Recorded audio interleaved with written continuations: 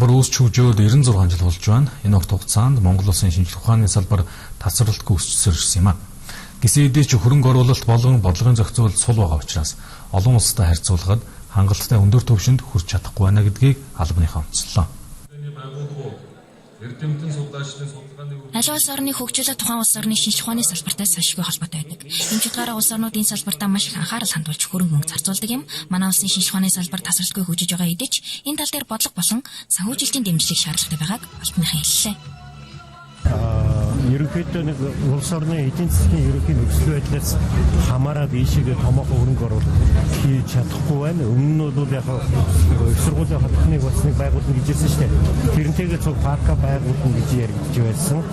Одоо бол бүгд найрамд хязгаар улсын шинжлэх ухааны технологийн яамтай хамтраад энэ шинжлэх ухааны паркийн төслийг хэрэгжүүлэхээр ингээд ярилцаад ажиллаж байна. Бид нэр ерөн зүгээр энэ салбарт шинжил хийх ёстой. Одоо нэг хуучин зөвлөлтийн шинжлэх ухааны академийн модельтэй байгаа шинжлэх ухааныгаа салбарыг бол өөрчлөхгүйгээр зүгээр одоо ийшээгээ зүгээр мөнгө хийгээд явах нь үр дүн гарахгүй. Энэ салбарын эрдэмтэн судлаачид энэ салбартай хамтарч ажилладаг хувийн хвшлийн болоо төрийн байгууллагуудад инновацийн бүтээгдэхүүний эхлэл их байна гэдэг нь эндээс харагдаж байгаа. Энэ чинь нийтдээ нэг 6-700 инновацийн бүтээгдэхүүн байна гэсэн.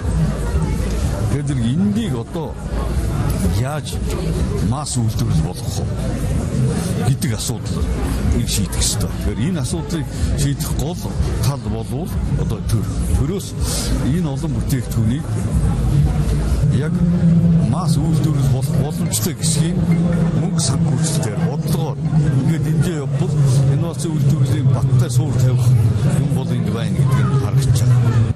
Шинжлэх ухааны салбарын санхүүжилт нь дотоодын нийт бүтээгдэхүүнийхээ 1% хүрэхэд тэр улсын шинжлэх ухааны эдийн засаг мэдээлэлгүй зур ашиг өгдөг гэж үздэг юм байна. Харин Монгол улсын энэ онд шинжлэх ухааны салбартаа 33.8 тэрбум төгрөг төсөвлөсөн нь дотоодын нийт бүтээгдэхүүний 0.12%-тай л тэнцэж байгаа юм а.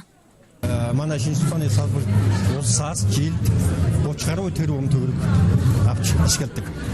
Эннийхээ 20 гаруй тэрбум нь бол цалин нийгмийн даатгалын шимтгэл өгдөг юм байна. За тэгээд бид 10 тэрбум төгрөгийг 500 орчим шинжлэх ухааны технологийн төсөлд зарцуулдаг.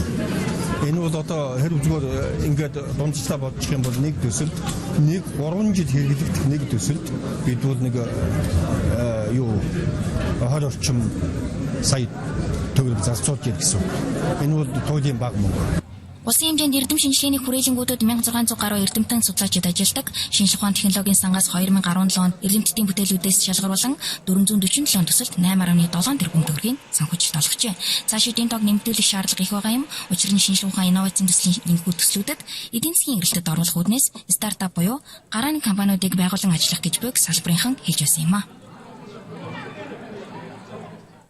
Орой мэдээллийн хөтөлбөр голлох валютын ханшаа мэдээлэлээр үзэгч та бүхэнд өргөжлөл хүргэнэ.